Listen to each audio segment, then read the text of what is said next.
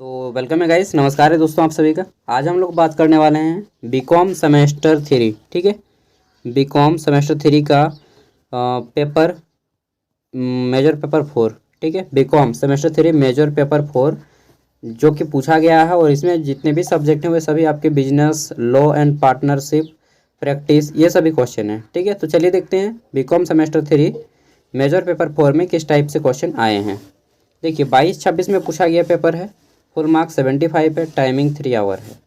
अब देख लेते हैं, तो यहाँ पे क्वेश्चन जो है ग्रुप ए और ग्रुप बी दो भागों में बांटा गया है।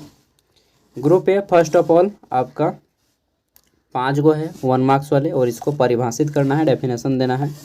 ठीक है, देखिए पहला है आपका गिरवी यानी कि प्लेज, दूसरा है आपका अनुचित प्रभाव यानी कि क्या इसको पढ़ेंगे यार, अनड्यू इन्फ्लुएंस, और थर्ड नंबर है कि आपका कॉन्ट्रैक्ट पढ़ लेना है, और इसमें भी विशेष रूप से अर्ध अनुबंध जिसको बोलते हैं, ठीक है, क्वेसी कॉन्ट्रैक्ट, उसको पढ़ लेना है। नेक्स्ट है हमारा यहाँ पे प्रतिज्ञा पत्र यानी कि प्रोमिसरी नोट, और पांचवा है संयोगिक माल यानी कि कॉन्टीजेंट गुड्स। तो ये हैं आपके कुछ क्वेश्चन जो कि 1 मार्क्स वाले पूछे गए हैं। अब देख लेते हैं, तो यहाँ पे 5 मार्क्स वाले कुछ क्वेश्चन हैं, जैसे कि पार्टनरशिप क्या है। ठीक है, और पार्टनरशिप क्वेश्चन आएगा ही पार्टनरशिप पे कि पार्टनरशिप क्या है या फिर पार्टनरशिप संलेख क्या है। ठीक है, तो डिड जिसको इंग्लिश में बोलते हैं कि पार्टनरशिप डिड, तो इसको बताना है आपको। और फिर आपका 5 मार्क्स का और एक क्वेश्चन है, इसमें पूछा गया है कि उप एजेंट एवं स्थान पत्र एजेंट में अंतर कीजिए। ठीक है, डिस्टिंग्विश बिटवीन अ सब agent and a substituted agent. तो दोस्तों ये क्वेश्चन आपके जो 5 मार्क्स के हैं, इसका आंसर करना है लगभग 100 से लेकर के 150 शब्दों के बीच में, मतलब कि एक खड़ा पन्ना का दोनों साइड। ठीक है, इतना अगर आप लिखते हैं तो आपका 5 में 4 मार्क्स आ ही जाएगा, और टू द पॉइंट है तो 5 में 5 भी दे सकता है। अब देख लेते हैं ग्रुप बी, इसमें कुछ टाइप से क्वेश्चन आते हैं तो उसको देख लेना है। ग्रुप बी में आपके 15 मार्क्स वाले क्वेश्चन हैं, और इसका आंसर लगभग आपको 2 खड़ा पन्ना में करना है, यानी कि बिटवीन टू कितना बोलेंगे, एक 300 से 400 शब्दों के बीच में। ठीक है, और इसमें पहला हमारा क्वेश्चन है, किसी चार को ही बनाना होगा 15 मार्क्स वाले। यहाँ पे टोटल आपके 6 क्वेश्चन दिए गए हैं। पहला है एक वैध अनुबंध। ठीक है, एक वैध अनुबंध के आवश्यक तत्वों का वर्णन करें। इंग्लिश में है कि explain the essential element of a valid contract. ठीक है, एक वैलिड कॉन्ट्रैक्ट में कौन कौन से तत्व होते हैं, क्या क्या कागजात लगते हैं, क्या क्या ट्रस्टेबिलिटी होती है, सब कुछ नोट कर देना है। नेक्स्ट है हमारा 5 नंबर कि स्वतंत्र सहमति से आप क्या समझते हैं या क्या आशय है।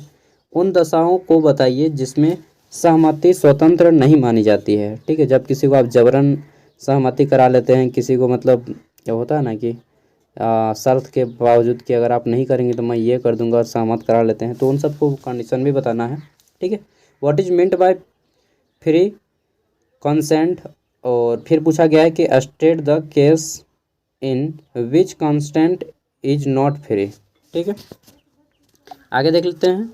नेक्स्ट है हमारा क्वेश्चन है 6 नंबर की शर्त तथा आश्वासन में अंतर बताइए। एक होता है ना कि शर्त, अगर आप ये चीज़ कीजिएगा, अगर आप वहाँ जाइएगा तभी मैं आपको ये चीज़ दूंगा। ठीक है, एक शर्त हो जाता है और एक आश्वासन, हाँ यार जाओ ना हम दे दे रहे हैं। तो अंतर होता है शर्त और आश्वासन में। ठीक है, ये अंतर बताना है। Distinguish between a condition and a warranty, और फिर पूछा गया है कि एक वस्तु विक्रय अनुबंध में कौन सी गर्भित शर्तें होती हैं। ठीक है, इसको बताइए। What are the implied conditions in a contract of sale of goods. तो दोस्तों ये क्वेश्चन है जो कि पूछे गए हैं, देख लीजिए अगर आपका भी एग्जाम है इन फ्यूचर में तो ऐसे ही क्वेश्चन आएंगे इस पेपर में। ठीक है, 7 नंबर है कि निक्षेप की परिभाषा दीजिए। निक्षेप की परिभाषा दीजिए। ठीक है, डिफाइन बेलमेंट और describe the right and duties of a bailor and a बेली।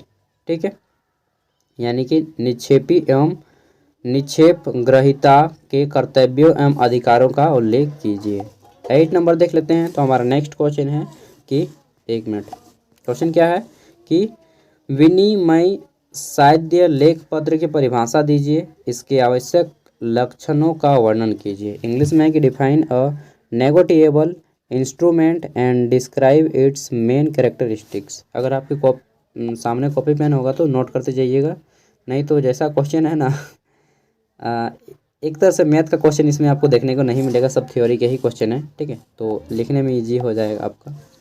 साझेदारी की परिभाषा दें, साझेदारी के आवश्यक लक्षणों को भी बताना है, कितने लक्षण होते हैं और कितने लोग साझेदारी में मैक्सिमम पार्टनरशिप हो सकते हैं, मिनिमम कितने हो सकते हैं, इन सबको भी याद कर लेना है, ठीक है। Define partnership, what are the essential element of partnership. तो ये कुछ क्वेश्चन हैं जो कि पूछे गए हैं आपके। बाकी इसी तरह से मैं आपको सब जितना भी पेपर है, AIC पेपर हो गया आपका, SEC पेपर हो गया, MDC पेपर हो गया, सब मैं अपलोड कर दिया हूँ। मैं माइनर पेपर और धीरे धीरे अपलोड कर दूंगा एग्ज़ाम से पहले, एंड जितना भी है एग्ज़ाम से पहले कुछ आपकी हेल्प करने का कोशिश करूँगा अगर मुझे टाइम मिलता है तो, ठीक है। Thank you, bye. अगर आपको इसका PDF चाहिए तो मैं वीडियो का डिस्क्रिप्शन में दे रहा हूँ, वहाँ से इसको डाउनलोड करके आप लोग घर पर प्रैक्टिस कर सकते हैं, ठीक है। All the best.